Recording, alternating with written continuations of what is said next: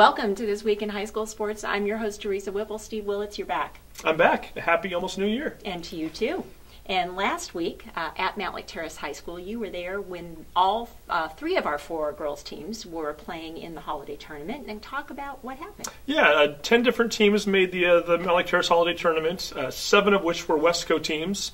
3 of them were Edmonds School District teams. The only one missing is the Lynnwood Royals, who are heading down to California this week for a huge tournament down there where they're going to play some of the top teams on the West Coast. But the other 3 schools, Mountlake Terrace, Meadowdale, and Edmonds-Woodway, all playing over at Mountlake Terrace High School. It was a 2-day tournament, and we call it a tournament, but it wasn't really a bracket tournament per se, so all of the games were predetermined as far as the matchups.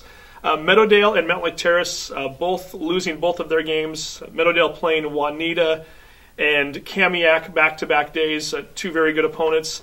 Mountlake Terrace, unfortunately for them, they gave Marysville-Getchell a good run for their money for about 3 quarters and then kind of lost it in the 4th quarter, and then they lost to Mount Baker. We don't talk about the Mountlake Terrace girls very often, so I want to single out a couple of their players.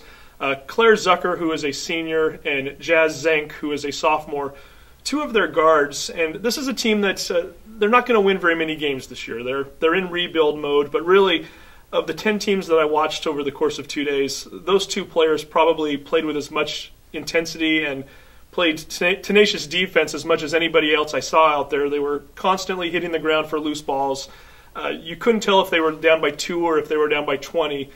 They play the same style of basketball no matter what, and really, for that matter, the entire Hawks team. So I want to kind of give a shout-out to them.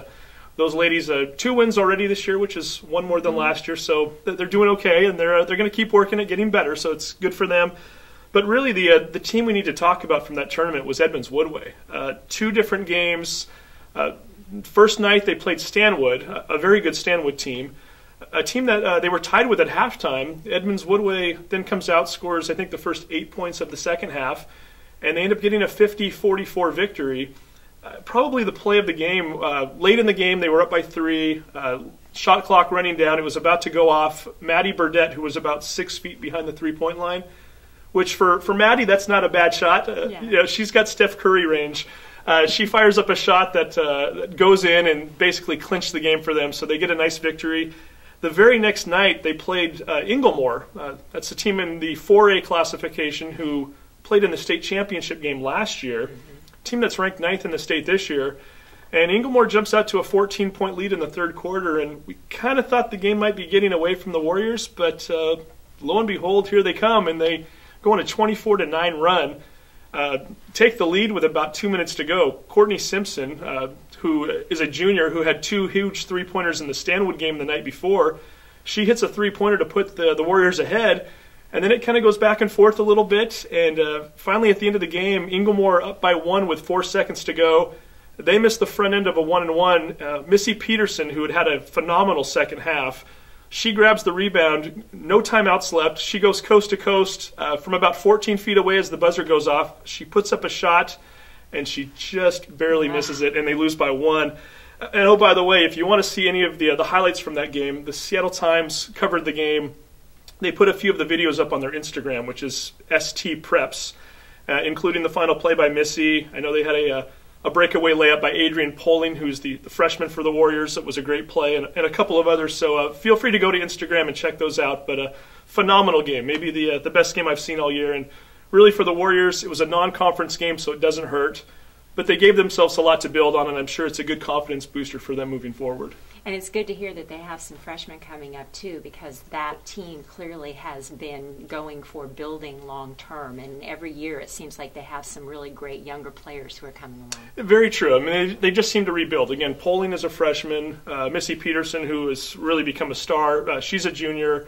I know Madi Ortega, who also starts on that team, is a junior. And they've got a few others as well. So it's a team that I have a feeling they're going to lose a few seniors at the end of this year, but they'll be okay in the future. But more importantly, right now they're 7-2, two nice losses. I mean, you're losing to Inglemore, you're losing to Mercer Island.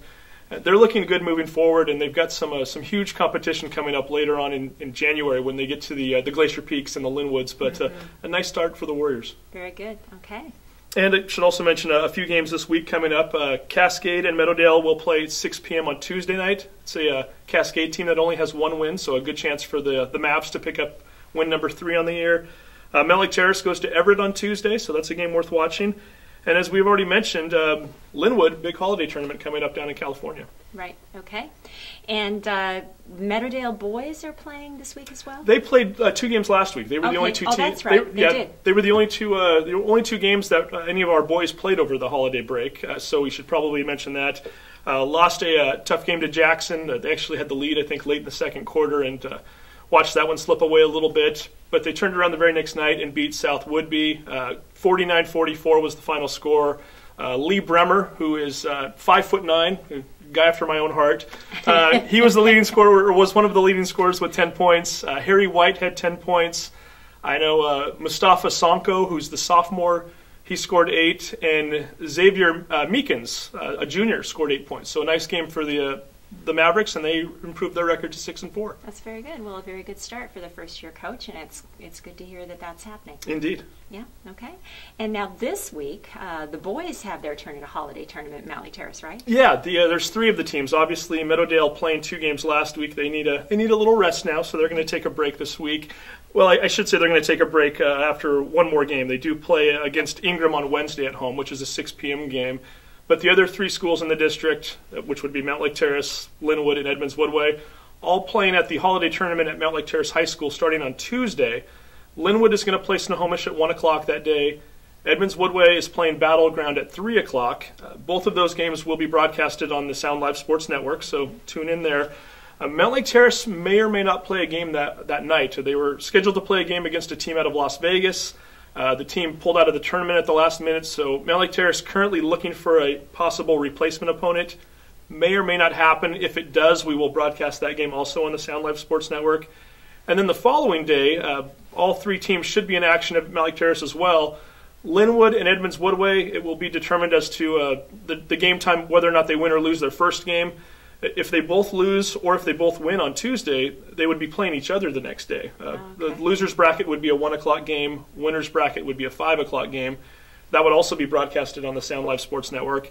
And we are not sure who the opponent would be, but we presume that Mountlake Terrace will be playing a 7 o'clock game on Wednesday night. And again, that would be also Sound Live Sports Network. Okay, well, good. So if you are looking for something to watch, either in person in Mountlake Terrace or even just online, catching a few games at soundlivesportsnetwork.com, we have those for you. We've got you covered. Yeah, we do. Anything else going on that we should mention? That's pretty much it for this week. Again, it's still holiday break, so a lot of the other sports are taking some time off, but hopefully those athletes are getting well rested, and we're looking forward to covering them in 2016. That's right. We'll catch you up on wrestling and swimming and more basketball when we come back next week. So thanks for joining us, and have a good week, everybody.